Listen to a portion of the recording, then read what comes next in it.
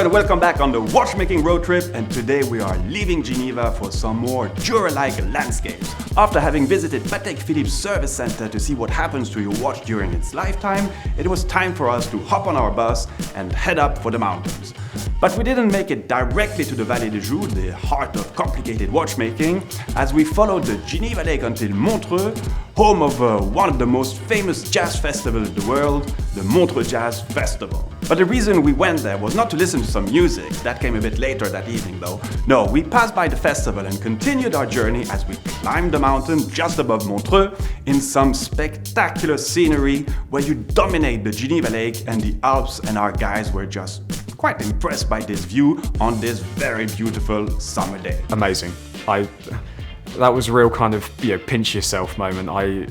It took me a good hour to just take in everything, the view, the hosts. Yeah, amazing, absolutely amazing. The place we ended up was the house of the founder of the Montreux Jazz Festival, Mr. Claude Nobs, and we were greeted by a very special committee as the team of Audemars Piguet was waiting for us, in particular Olivier Audemars, a direct descendant of one of the founders of the famous watchmaker. Audemars Piguet had just announced an important partnership for them as they've contributed to the digitalisation of 50 years of music archives of this festival, something that will be made available for music lovers in the near future, and the goal was really to stress out the importance of transmission of patrimony and knowledge, something dear for watchmakers.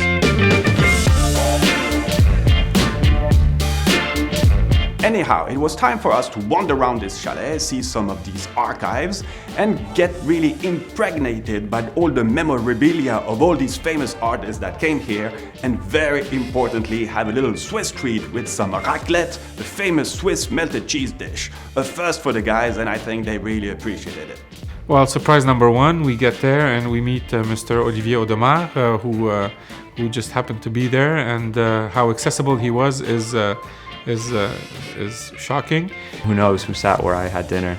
It was amazing, and then to meet an Audemars, to meet the descendant of the founder, and have him let me wear his watch and take pictures, and without any concern for any, just go ahead and put it on. You felt like a welcome guest. You didn't feel like an intrusion, like a burden. You just walked in and you were part of the family.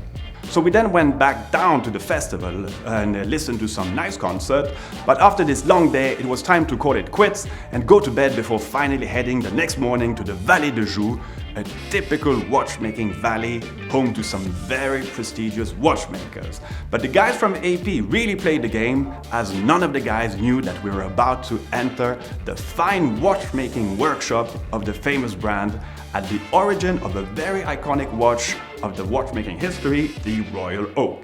Welcome at Audemars Piguet in the Manufacture des Forges. I'd seen pictures of the manufacturing facility online, and it sounds weird, you don't really think of it as a real place that you can actually go and see, and then to just sort of have it there was quite surreal.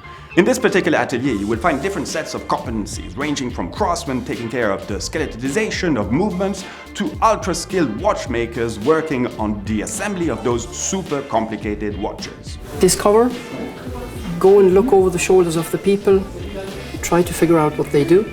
Everyone was just excited and genuinely seemed happy to have us, and they showed us their work, and there was the watchmaker working on the beveling for the Grand Complication, a watch that he makes only a few of a year, and he stopped and took his time and explained everything to me in my broken French, and he was patient and answered my question. We had a great conversation. He showed me everything step by step, and was very patient and happy to show me his work, and that continued on during the rest of the tour. Every single watchmaker just became more and more excited and happy, and the happiness and the joy that they bring to their work is infectious, because you see what they do and then you become excited for them. They were really excited to show us what they did, and I think it was nice that they appreciated the appreciation. They didn't have to do that. They just wanted to share their experience on their own. I don't think anybody told them to do that.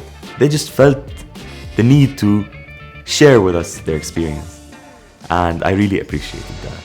Wow, c'est magnifique. But unfortunately for J. Kevin, the first day was maybe a little bit too intense. It took its mark on him and he was off for a little moment. But we carried on and let him rest for a little while. So for Audemars Piguet, Grande Complication is a watch who has at least a chronograph, but a split-second chronograph, a perpetual calendar, and a minute repeater. There are various definitions of super complication, but it generally refers to watches that combine some of the holy grail of complicated watchmaking, including perpetual calendars, split-second chronographs, minute repeaters, and tourbillons. Without going too much into details, a perpetual calendar watch is mechanically programmed to give you exact day, date, month, and year indication for hundreds of years. A split-second chronograph enables to measure two different occurrences that started at the same time, meaning that you can pause one measurement of time while the other one is still counting. You got me? Okay. Well, minute repeaters are watches that can give you time by not looking at it, but by listening to your watch, as you may activate on demand this function. But we'll get back on this high complication in our next episode, where you will see more in detail some spectacular examples of these chiming watches.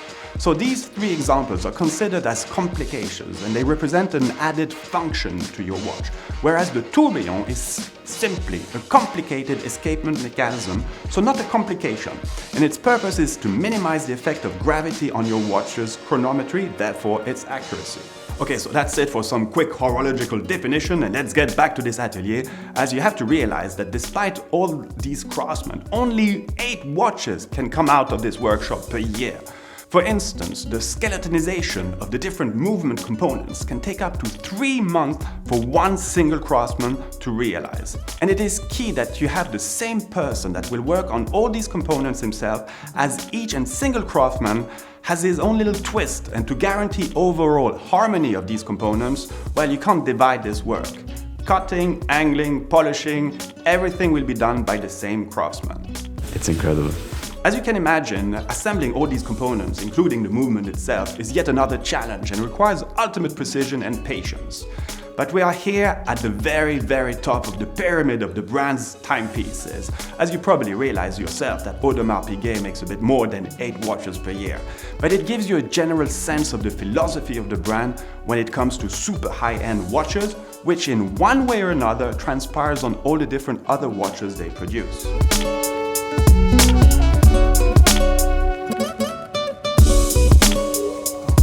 It's incredible. Absolutely amazing.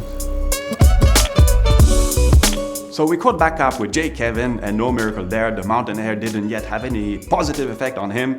He will unfortunately have to sit out for the remaining part of today's visit, but he tried his best and the trip is still long, so better to get back in working condition very soon. So in the next episode, we will have a fun and impromptu encounter with the CEO of Audemars Piguet before heading to the very original and historical building of the brand, where we will explore some of the brand's patrimony and go to a magical atelier where you will meet some great guys working on some incredible timepieces.